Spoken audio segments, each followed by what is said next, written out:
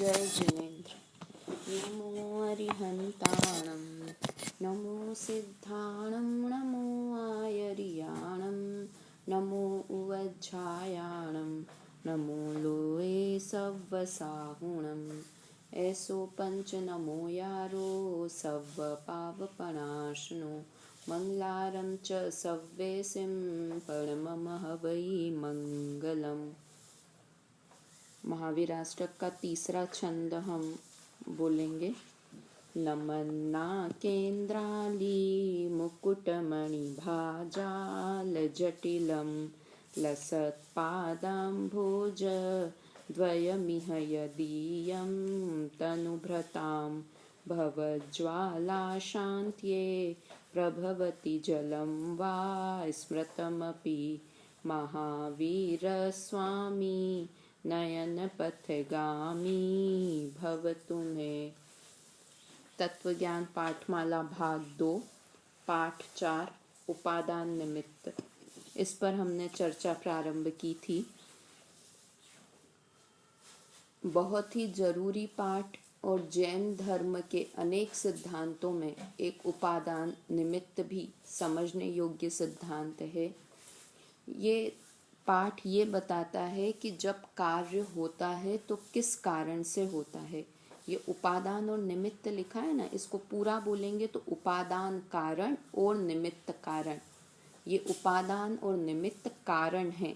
कारण किसे कहते हैं उसकी चर्चा आज हम करेंगे। कल हमने की थी कार्य। कारण के पहले कार्य को समझना जरूरी है। कार्य किसे कहते हैं? कार्य के हमने बहुत सारे पर्यायवाची शब्द कल देखे थे। किसे कहते हैं कार्य को? कर्म, नाम याद हुए होंगे। कार्य, कर्म, अवस्था, हालत, दशा, परिणाम, परिणति और पर्याय, ये 8 शब्द अलग अलग जगह पर हम इस्तेमाल करते हैं, यूज करते हैं, किंतु इन 8 का ही एक ही अर्थ होता है ना। कार्य करना, जैसे हमने कोई भी कार्य हुआ, खाना बनाना एक कार्य है, कार चलाना एक कार्य है, पढ़ाई करना एक कार्य है ना, बिजनेस करना एक कार्य है, करना जहाँ पर आता है ना करना, हंसना एक कार्य है, रोना एक कार्य है, सम्यक दर्शन करना एक कार्य है। समझ में आया? केवल ज्ञान प्राप्त करना एक कार्य है। तो ये सब कार्य हैं। कार्य का अर्थ वही हुआ जो हम अपनी लौकिक भाषा में प्रयोग करते हैं। करना, कुछ भी चीज को करना, वो कार्य है।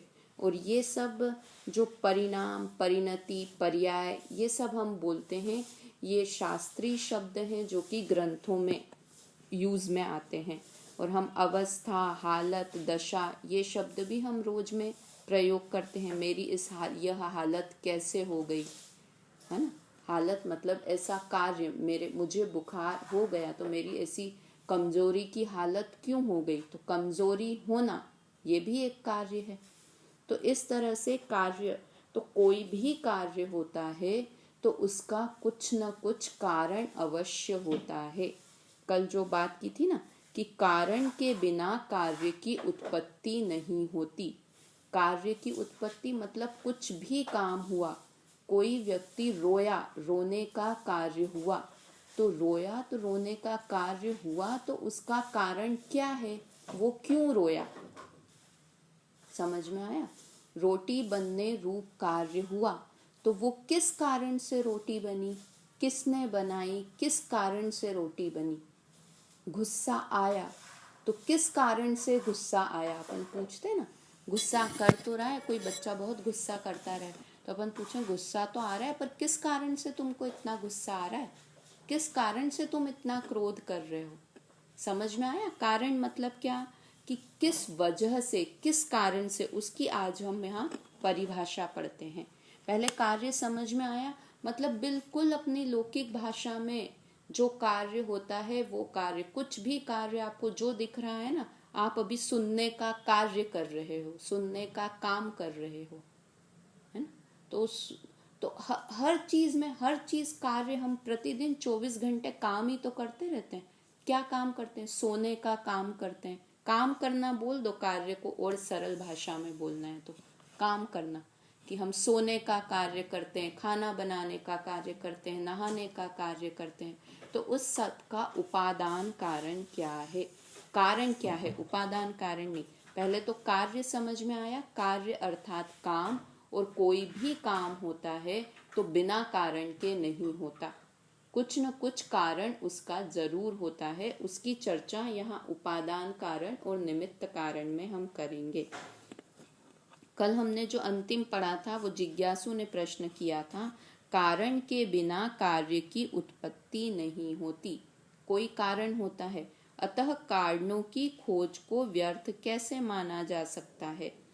तो यहाँ पर प्रवचनकार बोलते हैं, तुम ठीक कहते हो, कारण के बिना कार्य की उत्पत्ति संभव नहीं है, किंतु जानते हो कारण किसे कहते हैं, कार्य की उत्पादक सामग्री को ही कारण कहते हैं। ये परिभाषा याद करनी है, क्या है, कार्य की उत्पादक सामग्री को ही कारण कहते हैं। जब कोई भी कार्य उत्पन्न हुआ तो वो किस कारण से उत्पन्न हुआ, उत्पादक सामग्री, समझ में आया। उत्पादक सामग्री आप लोग आजकल तो भी बहुत हम लोग इस पे पढ़ते हैं, देखते हैं यूट्यूब वगैरह पे, खाना बनाना, कैसे खाना बनाना, तो अपन पढ़ते हैं ना उसमें कि क्या क्या सामग्रियां चाहिए आपको, तो किसकी उत्पादक सामग्री, उत्पादक यानी उसको उत्पन्न करने में, उसको बनाने में क्या क्या सामग्रियों की ज़रूरत होती है। जैसे कोई भी कार्य ले, हमने केक बनाया, केक बनाने रूप कार्य हुआ, केक बनाना ये एक कार्य हुआ।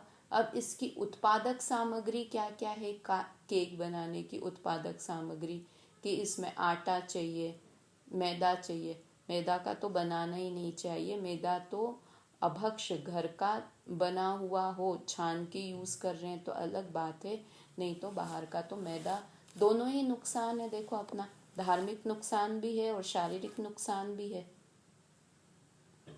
ना। तो मैदा, तो ये मैंने कहीं पढ़ा था, 3 सफ़ेद चीज़ें जो बहुत नुकसान करती है शरीर को। कौन सी 3 सफ़ेद चीज़ें, 3 वाइट्स बोलते हैं उनको, मैदा, शक्कर, नमक, ये 3 सफ़ेद हैं जिनको कम से कम काम में लेना चाहिए। तो मैदा अपन यूज़ करें, उसकी जगह हर चीज़, हर डिश हम आटे से बनाएं तो इक्वली, थोड़ा सा डिफरेंस शुरू में लगेगा घर वालों को, बच्चों को, बाद में फिर वो उसके आटे के यूज टू हो जाएंगे।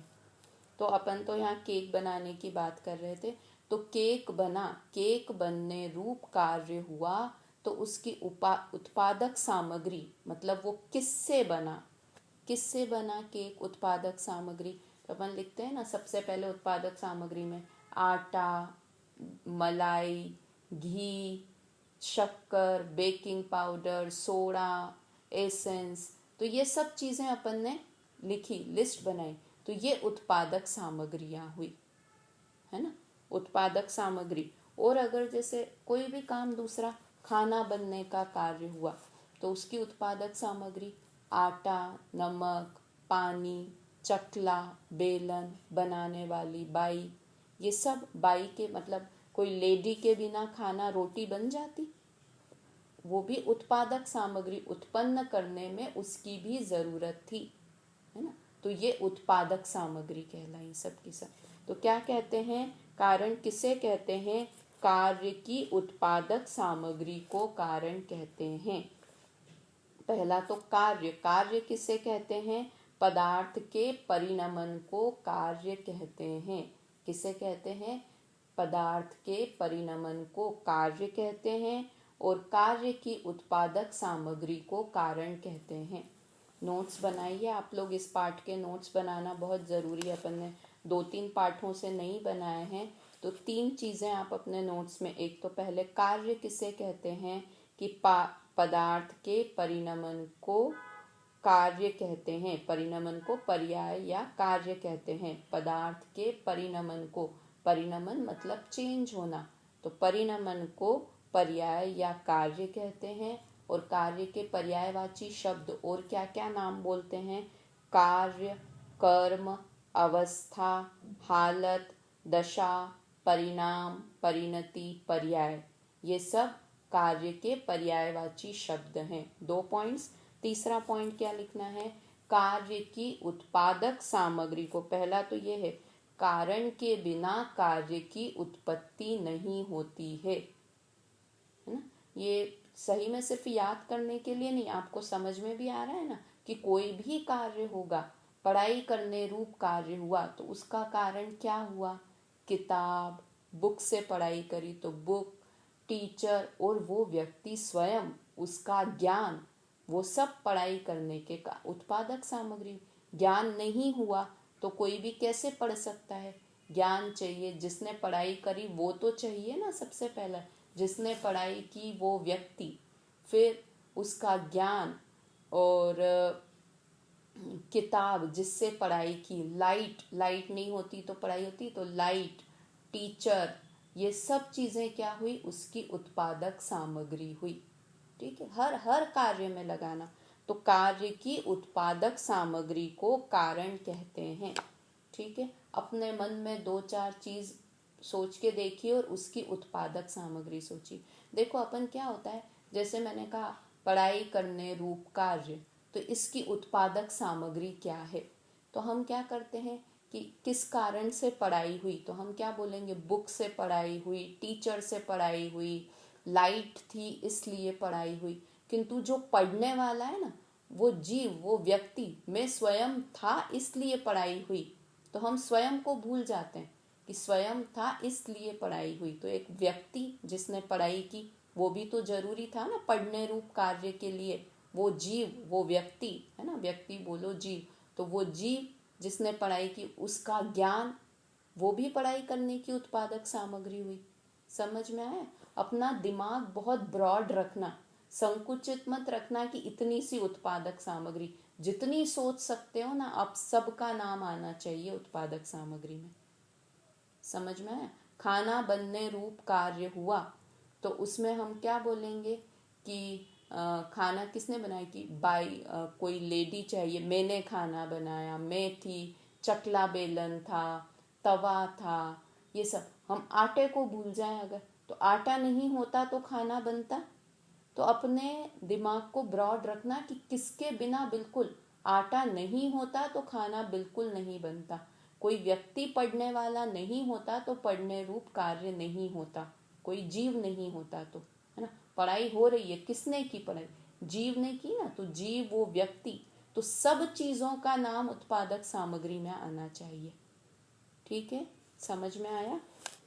तो कार्य की उत्पादक सामग्री को कारण कहते हैं।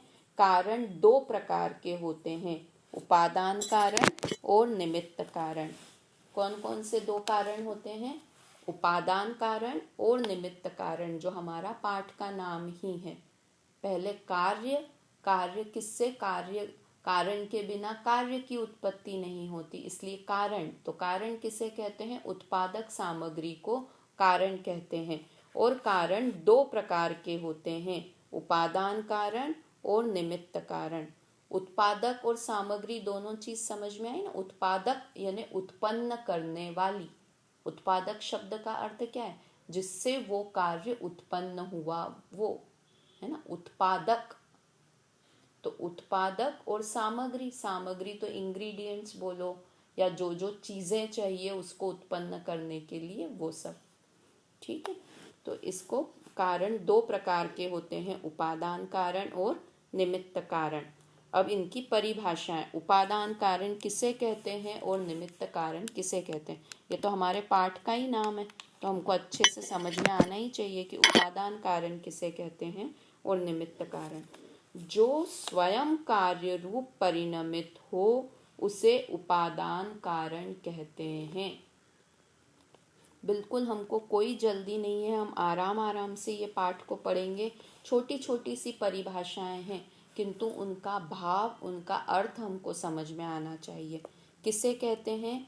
जो स्वयं कार्य रूप परिणमित हो, जो स्वयं कार्य रूप परिणमित हो उसे उपादान कारण कहते हैं। और निमित्त किसे कहते हैं? जो स्वयं कार्य रूप परिणमित न हो परंतु कार्य की उत्पत्ति में अनुकूल होने का आरोप जिस पर आ सके उसे निमित्त कारण कहते हैं। ये दो परिभाषाएं याद भी करनी है और समझना भी है। याद करना हमारा खाली इंटेंशन नहीं है, याद करके हमको समझ में भी आनी चाहिए। वापस से एक बार, कारण किसे कहते हैं? कार्य की उत्पादक सामग्री को कारण कहते हैं। और दो तरह की उत्पादक सामग्रियां होती है, एक उपादान कारण और एक निमित्त कारण। उपादान कारण किसे कहते हैं? जो स्वयं कार्य रूप परिणमित हो, है ना। स्वयं कार्य रूप परिणमित हो मतलब क्या हुआ कि जैसे जो भी कार्य हुआ तो वो वस्तु स्वयं उस कार्य रूप हुई, है ना। वो वस्तु स्वयं स्वयं कार्य रूप, वो वस्तु थी, वो वस्तु स्वयं ही कार्य रूप हो गई। उसे क्या कहते हैं? उपादान कारण कहते हैं। जैसे कि खाना, रोटी बनना, चपाती बनने रूप कार्य हुआ, तो उस कार्य होने में स्वयं कार्य रूप कौन हो गया? स्वयं रोटी रूप कौन हो गया? कि आटा था, वो आटा स्वयं रोटी रूप हो गया। तो इसमें क्या कहेंगे? आटा क्या है? उपादान कारण है। समझ में आया? इसमें उदाहरण दिया हुआ है, देखो। जैसे घट रूप कार्य का मिट्टी उपादान कारण है और चक्र, दंड एवं कुम्हार निमित्त कारण है। तो जब घड़ा बना, है ना, मिट्टी का घड़ा अपन यूज करते हैं ना, मिट्टी का घड़ा बना, तो मिट्टी का घड़ा बना तो क्या चीज थी जो स्वयं घड़े रूप हो गई, है ना। लिखा है ना, जो स्वयं कार्य रूप परिणमित हो। घड़ा बनना ये तो कार्य हुआ, और स्वयं घड़े रूप कौन हो गई? कि जो मिट्टी थी वो स्वयं, इतना समर्पण उसका कि वो स्वयं घड़े रूप हो गई। आटा था, वो स्वयं रोटी रूप हो गया, है ना। केक बना तो मैदा था या आटा था, वो स्वयं केक रूप हो गया। तो ये जो स्वयं कार्य रूप परिणमित हुआ, तो जो स्वयं होता है उस वस्तु को, उस सामग्री को क्या बोलते हैं? उपादान कारण कहते हैं। समझ में आया? जैसे सम्यक दर्शन, सम्यक दर्शन हुआ, तो सम्यक दर्शन होना ये तो एक कार्य है, किंतु सम्यक दर्शन रूप कौन हुआ? कि जो आत्मा था ना, वो स्वयं ही, या उसका श्रद्धा गुण था, वो स्वयं ही सम्यक दर्शन रूप हुआ। किसी को मिथ्या दर्शन है, मिथ्यात्व है, तो किसको है मिथ्यात्व? स्वयं मिथ्यात्व रूप कौन हो रहा है? कि जीव द्रव्य है, वो स्वयं मिथ्यात्व रूप हो रहा है। समझ में आया? हमको सिर्फ बाहर बाहर के उदाहरण नहीं लगाने, हमको तो यहाँ पे समझना आत्म द्रव्य को है। बाहर बाहर की बातें भी समझेंगे तो भी बहुत जीवन जीना सरल हो जाएगा। तो यहाँ क्या कहा? जो स्वयं कार्य रूप परिणमित हो। समझ में आया? स्वयं ही कार्य रूप हो गया। परिणमित हो मतलब चेंज हो, जो स्वयं ही कार्य रूप चेंज हो जाए। पूरा का पूरा आटा था, वो वैसे के वैसे रोटी रूप हो गया। तो आटा रोटी रूप हुआ, तो आटा कौन हुआ? उपादान कारण। मिट्टी घड़े रूप हो गई, तो मिट्टी क्या हुई? उपादान कारण। आइसक्रीम बना, तो आइसक्रीम बनना ये एक कार्य हुआ। तो कौन आइसक्रीम रूप परिणमित हुआ? कि दूध था, वो स्वयं आइसक्रीम रूप परिणमित हुआ। तो दूध क्या हुआ? उसका उपादान कारण हुआ। ठीक है। अब निमित्त कारण, निमित्त कारण की क्या परिभाषा दी है? जो स्वयं कार्य रूप परिणमित न हो परंतु कार्य की उत्पत्ति में अनुकूल होने का आरोप जिस पर आ सके उसे निमित्त कारण कहते हैं। ये परिभाषा याद करनी है, समझना है।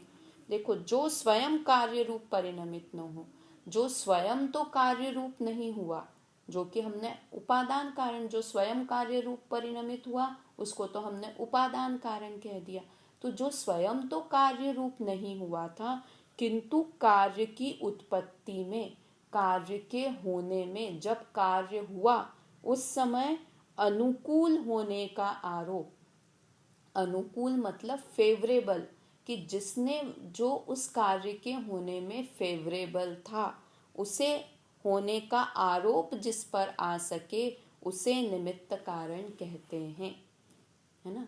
वापस एक बार परिभाषा पढ़ें, फिर उदाहरण से समझेंगे तो अच्छे से समझ में आएगा। जो स्वयं कार्य रूप परिणमित न हो, है ना। ये तो जो स्वयं कार्य रूप परिणमित हो उसको तो हमने उपादान में डाल दिया।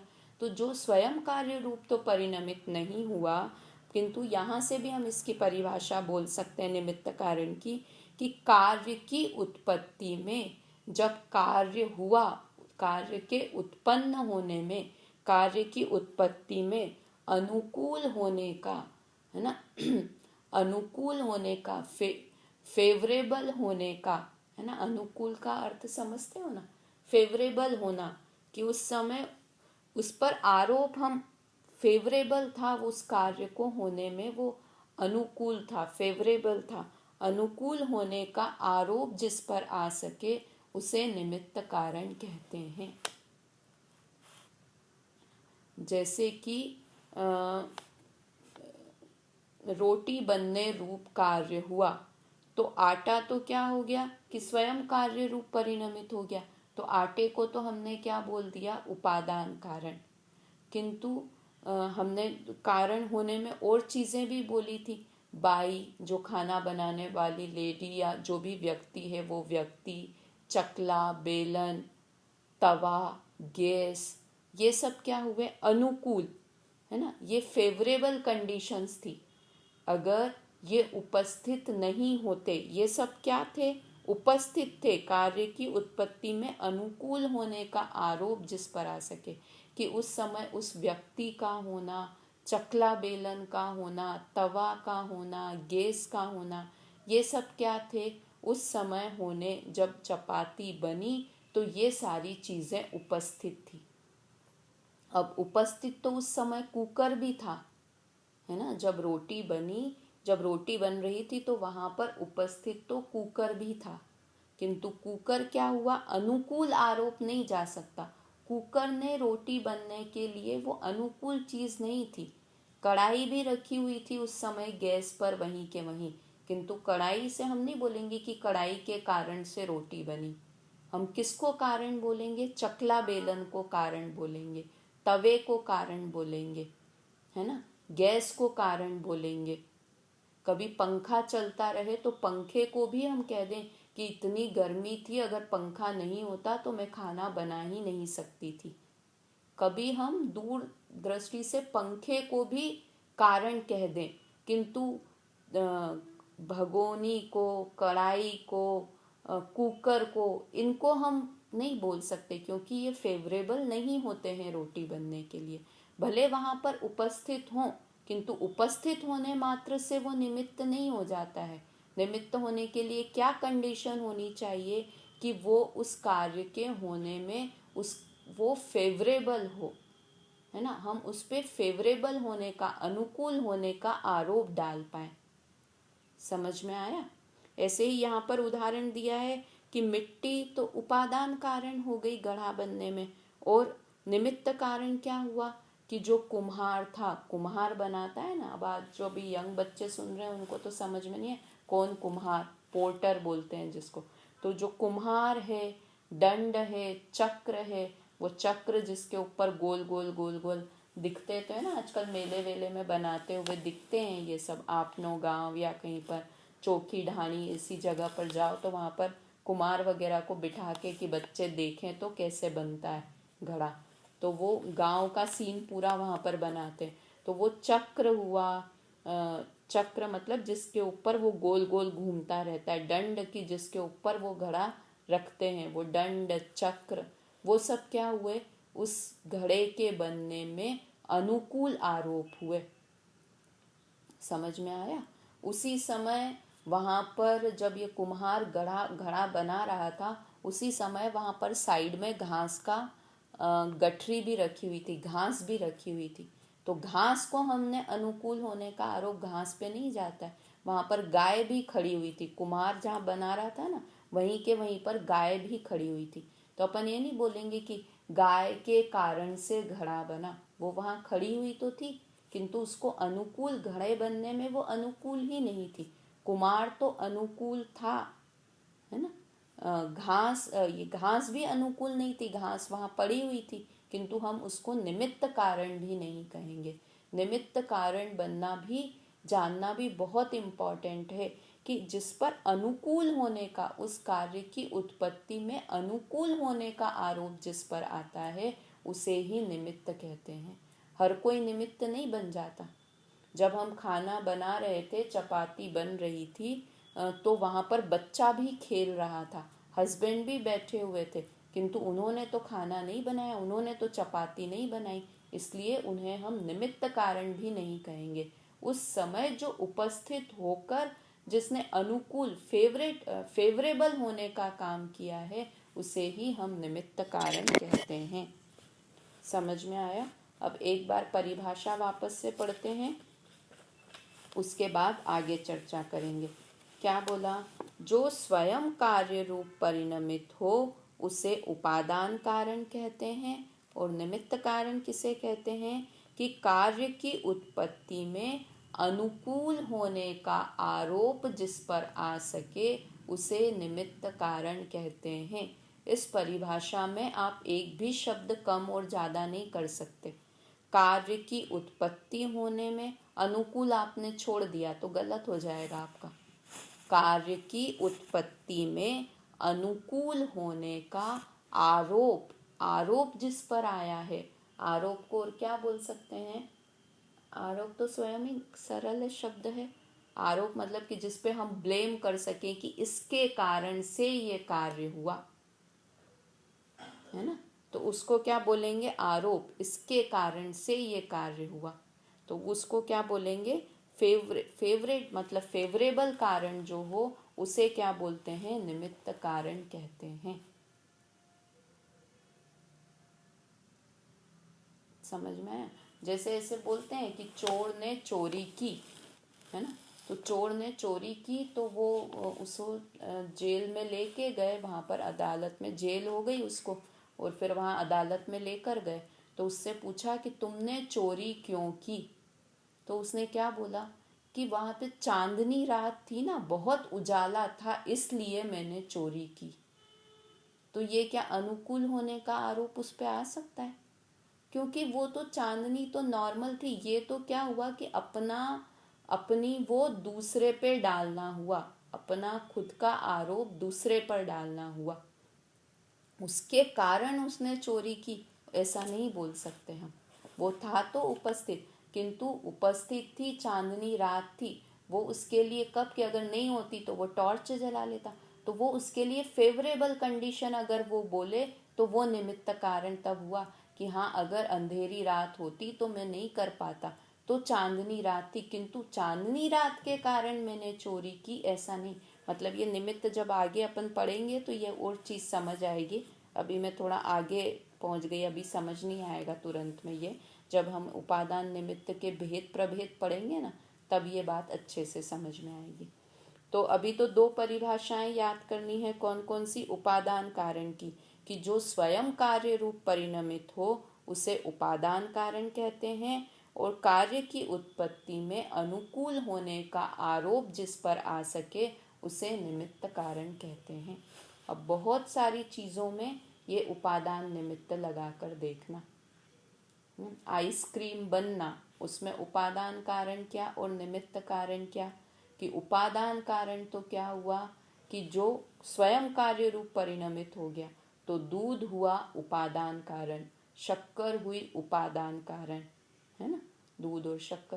तो ये उपादान कारण आइसक्रीम बनने में। और निमित्त कारण क्या हुआ कि जो स्वयं कार्य रूप परिणमित नहीं हुआ, किंतु फेवरेबल था, जो कार्य की उत्पत्ति में अनुकूल होने का आरोप, किसके? कि फ्रिज हुआ निमित्त कारण, ना।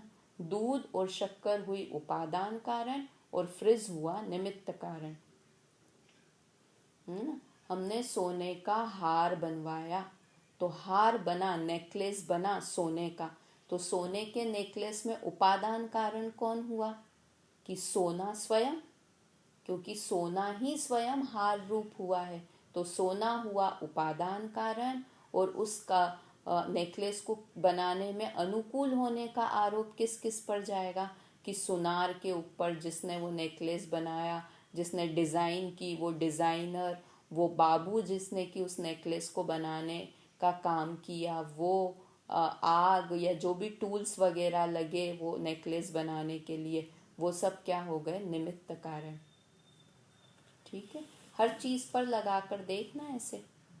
पढ़ाई हुई, पढ़ाई की किसी ने, तो पढ़ने रूप कार्य हुआ, तो उसमें उपादान कारण क्या और निमित्त कारण क्या?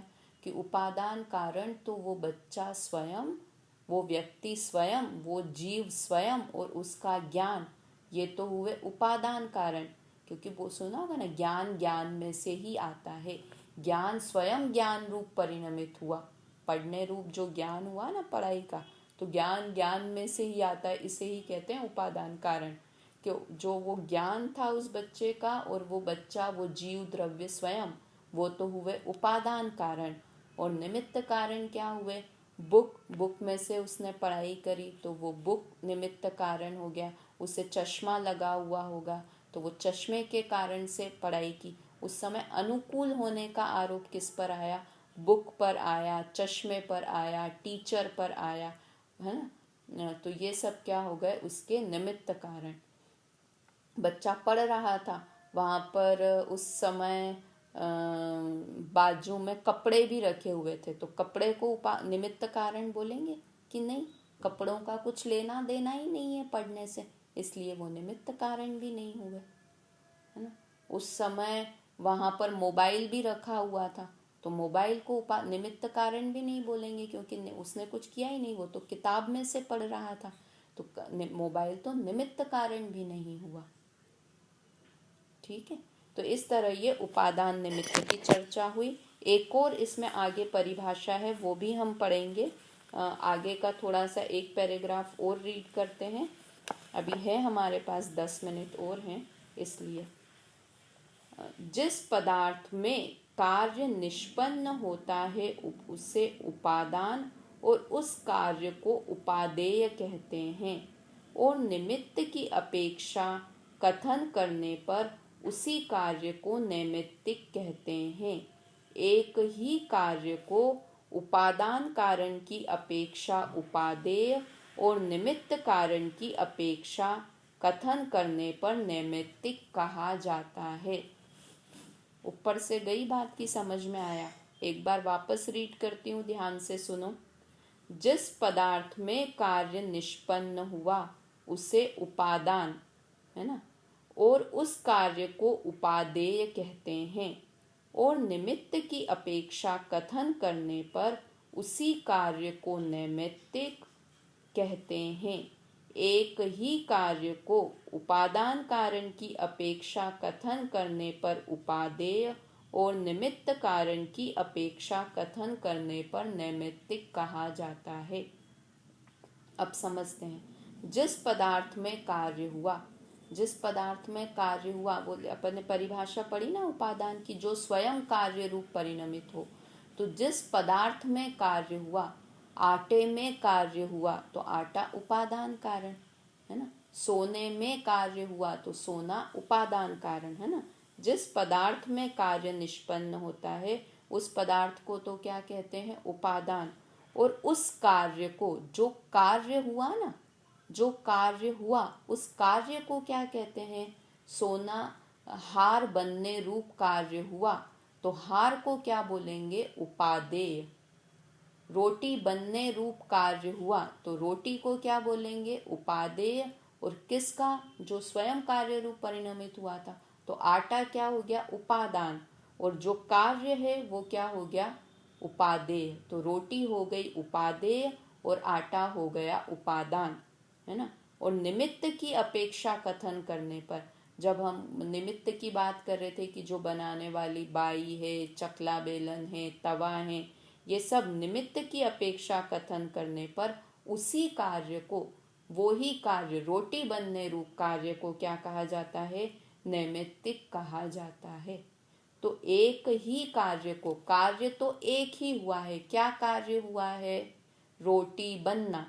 तो रोटी बनने रूप कार्य को जब उपादान की अपेक्षा से बोलेंगे, आटे की अपेक्षा से बोलेंगे, तो क्या हो गया? रोटी बनने रूप कार्य उपादेय हो गया।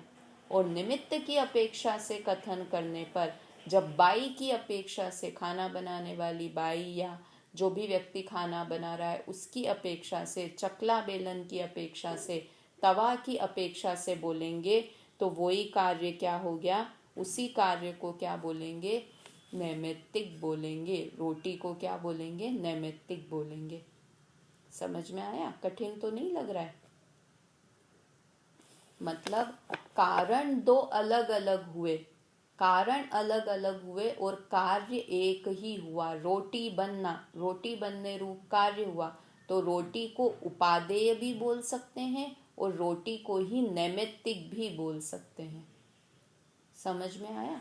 घड़े बनने रूप कार्य हुआ, तो घड़े बनने को उपादेय भी बोल सकते हैं और घड़े को नैमित्तिक भी बोल सकते हैं।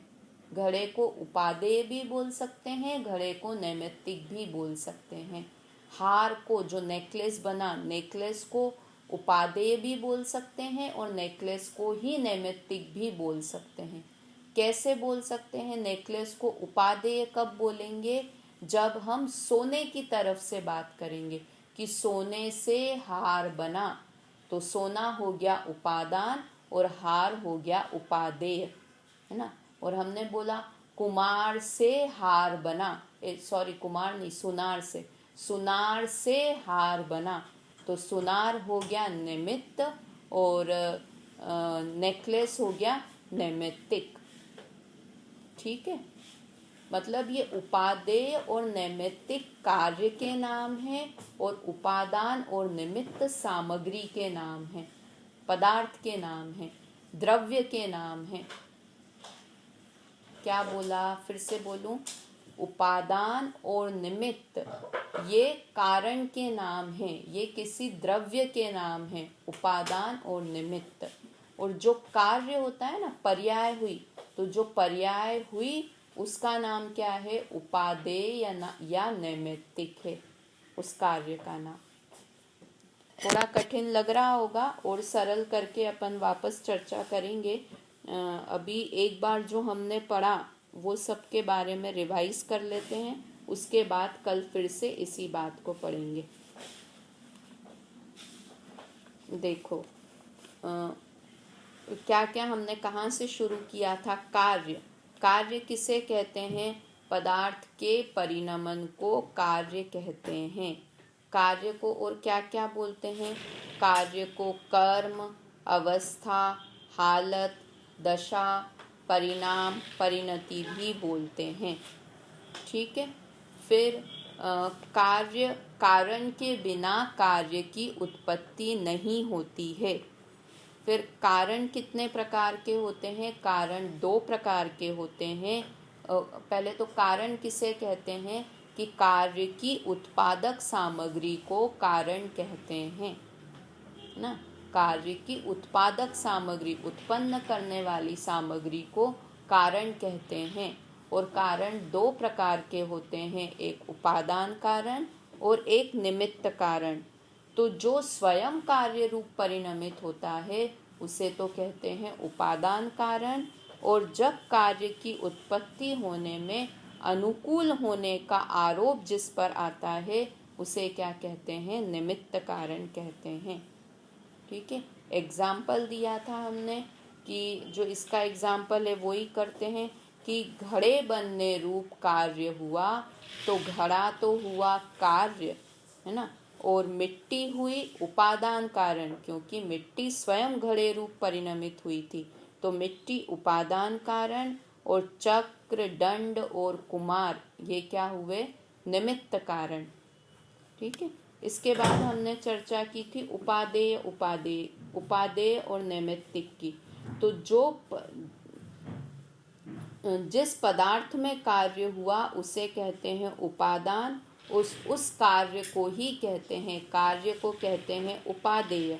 तो उपादान की अपेक्षा से कथन करने पर कार्य को कहते हैं उपादेय, और निमित्त की अपेक्षा कथन करने पर उसी कार्य को कहते हैं नैमित्तिक। है ना। वापस से इस उदाहरण से देखते हैं कि घड़े बनने रूप कार्य हुआ। तो पहले तो मिट्टी हुई उपादान कारण और घड़ा हुआ उपादेय, फिर दंड चक्र और कुमार हुए निमित्त और घड़ा हुआ नैमित्तिक। इतना सरल सा है, कुछ ज़्यादा कठिन है नहीं। कोशिश करेंगे अपन कल एक बार चार्ट के द्वारा या बोर्ड पर समझने की कोशिश करेंगे तो आपको अच्छे से समझ में आएगा। अभी मैं और आगे नहीं बढ़ रही हूँ, किंतु जितने पॉइंट्स बोले हैं ये सारे पॉइंट्स लिखिए। सिर्फ पढ़ने के लिए हमको नहीं पढ़ना है ये पाठ, हमको ये समझ में आए, जीवन में उतरे, इसलिए इस पाठ को पढ़ना है। तो जितने ये 5-6 पॉइंट्स हो गए, क्या क्या एक बार बताती हूँ। कार्य किसे कहते हैं, ये सब परिभाषाएं आप लिखिए। कार्य किसे कहते हैं, दूसरा कार्य के पर्यायवाची शब्द कौन से हैं, तीसरा पॉइंट लिखना है कारण के बिना कार्य की उत्पत्ति नहीं होती है, फिर चौथा कारण कितने प्रकार के होते हैं, फिर पांचवा उपादान कारण किसे कहते हैं, छठा लिखना है निमित्त कारण किसे कहते हैं, सातवां लिखना है उपादेय किसे कहते हैं और आठवां लिखना है नैमित्तिक किसे कहते हैं। इतना सारा 9 पॉइंट्स, 8-9 पॉइंट्स आपको लिखने हैं। ये सारी परिभाषाएं हैं। आप मुझ में से जो भी आप में से कोई लिख के भेजेगा तो बहुत अच्छी बात है, मतलब मुझे भी अच्छा लगेगा और आपको भी अच्छे से समझ में आएगी वो बात, जीवन भर के लिए वो चीज़ आपको याद हो जाएगी। ठीक है, तो इस तरह से ये वाला पाठ हमने पढ़ा अभी यहाँ तक। 5-7 मिनट पहले छोड़ रही हूँ इसलिए कि होमवर्क भी दिया है। 5 मिनट 6 मिनट से ज़्यादा नहीं लिखेंगे, लगेंगे आपको इतने सब पॉइंट्स लिखने में। तो ये पॉइंट्स लिखिए और मुझे व्हाट्सएप भी करिए या टेलीग्राम करिए, तो मुझे समझ में आए कि आपको पाठ समझ में आ रहा है। आगे की चर्चा कल करेंगे। जय जिनेंद्र।